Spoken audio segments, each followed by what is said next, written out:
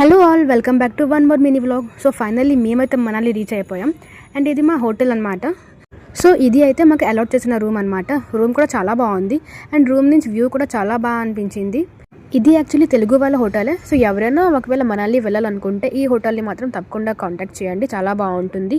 మా room balcony నుంచి కూడా వ్యూ అయితే చాలా బాగుంది. స్ట్రైట్గా మౌంటైన్స్ అయితే కనిపిస్తాయి. అక్కడ మీకు కనిపిస్తుంది కదా, అక్కడ స్నో ఉంది.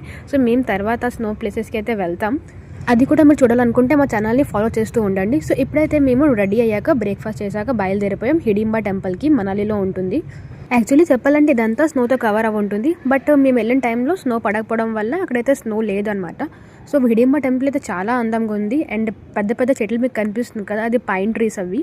సో ఇదే హిడింబా దేవి టెంపుల్ అనమాట. హిడింబా దేవి యాక్చువల్లీ భీమకి వైఫ్ అనమాట అండ్ ఘటోత్కచ్ వాళ్ళ మదర్.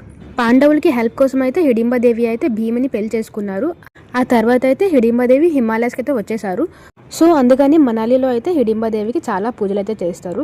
మేమైతే దర్శనం చేసుకున్నాక అక్కడ ర్యాబిట్స్ ఉంటాయి కదా, ఆ ర్యాబిట్స్ని పట్టుకొని ఫొటోస్ అయితే తీసేసుకున్నా. అండ్ దానికి ఆకులు కూడా పెట్టేసా తినడానికి.